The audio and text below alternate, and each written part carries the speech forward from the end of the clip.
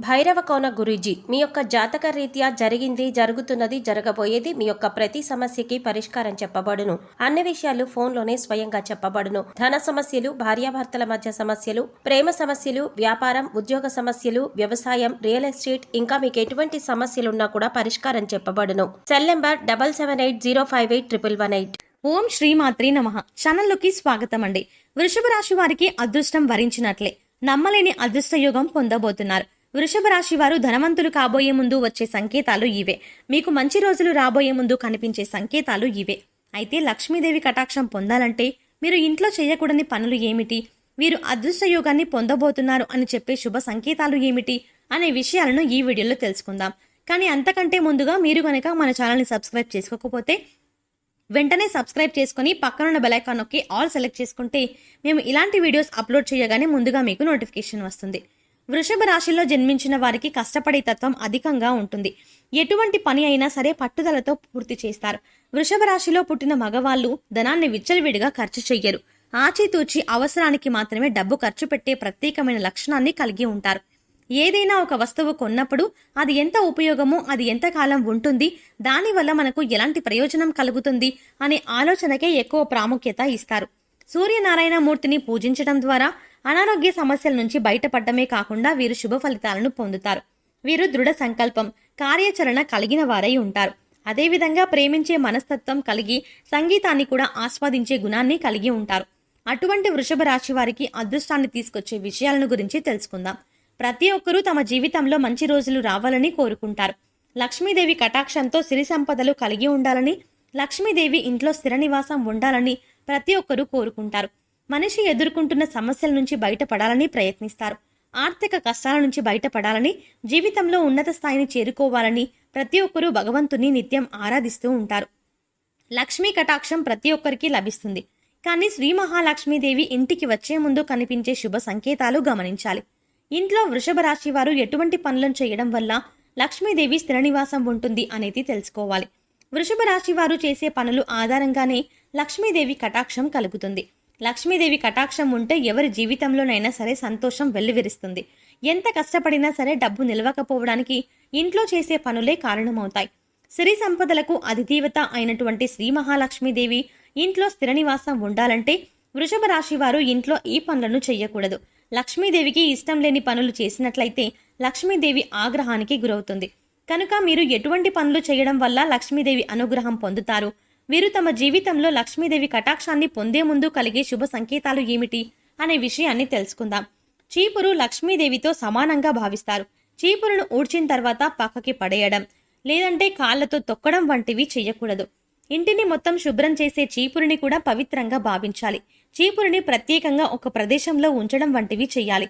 ముఖ్యంగా చీపురుని ఇంట్లో నిలబెట్టి ఉంచకూడదు. అదేవిధంగా చీపురుని తిరిగేసి కూడా ఉంచరాదు. ఇంటికి వచ్చే అతిథులకు చీపురు కంటికి కనిపించకుండా జాగ్రత్త పడాలి. కళ్ళకు ఎదురుగా ఉండే చీపురు, ముఖ్యంగా కళ్ళకి ఎదురుగా చీపురు పెట్టడం వల్ల ఇంట్లో ఆర్థిక సమస్యలు వస్తాయి. చీపురు ఉంచే ప్రదేశాన్ని బట్టి ఇంట్లో లక్ష్మీదేవి స్థిర నివాసం ఉంటుంది. వీరు ఆహారాన్ని ఉపయోగించే విధానాన్ని బట్టి కూడా వారి జీవితంలో లక్ష్మీ కటాక్షం ఏ విధంగా కలుగుతుందో చెప్పవచ్చు. ప్రతి వ్యక్తి తాను సంపాదించిన డబ్బులతో కడుపు నిండా తినడానికి చూస్తాడు. అయితే ఆహారం వృధా చేయడం ద్వారా వారి జీవితంలో నుంచి లక్ష్మీదేవిని వారే బయటికి పంపిన వారవుతారు. ముఖ్యంగా వృషభ రాశి వారు ఆహారం విషయంలో తగు జాగ్రత్తలు తీసుకోవాలి. నీటిని కూడా వృధా చెయ్యరాదు. నీటిని పొదుపుగా వాడడం అనేది భవిష్యత్తులో ధనవంతులను చేస్తుంది అనడానికి సంకేతం. శ్రీ మహావిష్ణువు నారముల నుండి జన్మించాడు. నారములు అనగా జలము అని అర్థం. అంటే శ్రీ మహావిష్ణువు జలం నుంచి వచ్చాడన్నమాట. అందుకే నారాయణుడు అంటారు. అదేవిధంగా లక్ష్మీదేవి కూడా నీళ్ల నుంచి వచ్చిందని పద్మపురాణంలో చెప్పబడింది. లక్ష్మీనారాయణునికి ఇష్టమైన నీటిని వృధా చేయడం కూడా లక్ష్మీ కటాక్షానికి దూరం అవుతున్నాం అనడానికి సంకేతం. నీటిని ఎంతగా ఖర్చు పెడితే వారి చేతిలో డబ్బు కూడా అంతగా ఖర్చవుతుంది. కాబట్టి ఆహారాన్ని వృధా చేయడం, నీటిని వృధా చేయడం, కావలసిన ఆహార పదార్థాల కన్నా ఎక్కువ శాతం వండడం వంటి పనులు చేయకూడదు. వృషభ రాశి వారు కష్టపడి సంపాదించే మనస్తత్వం కలిగిన వారై ఉంటారు. అదేవిధంగా వీరు సంపాదించిన దానిలో కొంత శాతమైనా లేని వారికి దానం చేయడం ద్వారా వీరికి లక్ష్మీ కటాక్షం కలుగుతుంది. దానం చేయడం వల్ల పూర్వజన్మ దోషాలు, నవగ్రహ దోషాలు, శని దోషాలు వంటివి నశిస్తాయి. పేదవారికి అన్నదానం, వస్త్రదానం వంటి దానాలు చేయడం వల్ల లక్ష్మీ కటాక్షం వృషభ రాశి వారికి ఎప్పుడూ ఉంటుంది. వృషభ రాశి వారు పూజ చేసే విధానం కూడా వారి యొక్క అదృష్టానికి కారణమని చెప్పొచ్చు. ఎవరైతే లక్ష్మీదేవిని ఎర్రని మందారాలతో, ముఖ్యంగా ఎర్రని మందారాలతో లేదా చామంతి పువ్వులతో పూజిస్తారో వారిపై లక్ష్మీ కటాక్షం ఉంటుంది. ఎర్రని పుష్పాలతో లక్ష్మీదేవిని పూజించడం ద్వారా లక్ష్మీ కటాక్షం అనేది కలుగుతుంది. ఎర్రని పుష్పాలు అంటే లక్ష్మీమాతకు చాలా ఇష్టం కాబట్టి వీరు ఎర్రని పుష్పాలతో లక్ష్మీమాతను పూజించడం ద్వారా లక్ష్మీ కటాక్షాన్ని పొందగలరు. వీరికి అదృష్టం వరిస్తుంది అని తెలియజేయడానికి ముందుగా కొన్ని సూచనలు అనేవి కనిపిస్తాయి. ఇంటి పరిసర ప్రాంతాల్లో పక్షుల గూళ్లు కట్టుకున్నట్లయితే లక్ష్మీ కటాక్షం కలుగుతుందని అర్థం. సాధారణంగా పక్షులు ఇంటి ఆవరణలో గూడు అనేది కట్టుకోవు. అటువంటి పక్షులు ఇంటి పరిసరాల్లో గూడును నిర్మించుకున్నట్లయితే అదృష్టం కలుగుతుందని అర్థం. చాలా మందికి చీమలు ఉంటే నచ్చదు. చీమలను మురికిగా భావిస్తారు.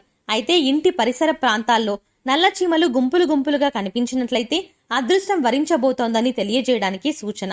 అయితే ఎర్ర చీమలు కనిపించడం అనేది అప్పుల బాధకు గురవుతున్నాము అన్న దానికి సంకేతంగా చెప్పవచ్చు. ఇల్లు ఎంత శుభ్రంగా ఉన్నప్పటికీ పరిసరాల్లో నల్ల చీమలు గుంపులు గుంపులుగా కనిపిస్తూ ఉంటాయి. ఈ విధంగా నల్ల చీమలు కనిపించడం వల్ల వృషభ రాశి వారికి విజయం అనేది లభిస్తుంది అనడానికి సూచన. బల్లిని చూడగానే చాలా మంది చిరాకు పడతారు. కానీ బల్లి రాక కూడా లక్ష్మీ కటాక్షానికి కారణమని చెప్పవచ్చు. 3 బల్లులు ఒకే చోట కనిపించినా కూడా అదృష్టానికి సూచనగా చెప్పవచ్చు. కలలు రావడం అనేది చాలా సహజం. అయితే కొన్ని కలలు రావడం వల్ల చాలా భయాందోళనకు గురవుతాము. అయితే ఏ కలలు రావడం వృషభ రాశి వారికి అదృష్టం వరిస్తుంది తెలియజేసుకోవడానికి ముఖ్యంగా కొన్ని సూచనలు ఉన్నాయి. వృషభ రాశి వారికి అదృష్టం అనేది కలల రూపంలో సూచనలు తెలియజేస్తుంది. తులసి మొక్క చుట్టూ బల్లులు కనిపించినా, చేతిలో దురద పెడుతున్నా, ముఖ్యంగా కుడి చేతిలో దురదగా ఉన్నట్లయితే అదృష్టం వరిస్తుంది అనడానికి సూచన. అదేవిధంగా ఉదయం లేవగానే చీపుడుతో తుడుస్తున్నట్లు కనిపించినా శుభ సూచకంగా చెప్పవచ్చు. కలలో పాము కనిపించినట్లయితే శుభ సూచకంగా చెప్పవచ్చు. 2 తలల పాము కనిపించినట్లయితే అదృష్టం వరించబోతోంది అని సంకేతం.